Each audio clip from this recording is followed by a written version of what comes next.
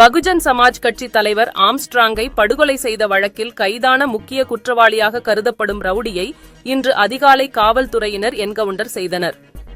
சென்னை பெரம்பூரில் பகுஜன் சமாஜ் கட்சி மாநில தலைவர் ஆம்ஸ்ட்ராங் கடந்த 2 வாரங்களுக்கு முன்பு மர்ம நபர்களால் வெட்டி படுகொலை செய்யப்பட்டார்.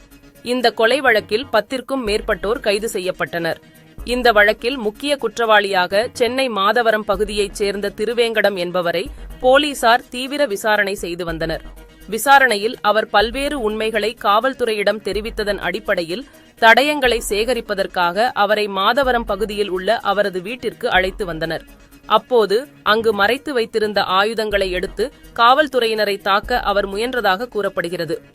தப்பியோட முயன்ற அவரை சரணடையுமாறு பலமுறை போலீசார் எச்சரித்தும் அவர் தாக்க முயன்றதால் போலீசார் தற்காப்புக்காக அவரை என்கவுண்டர் செய்தனர்.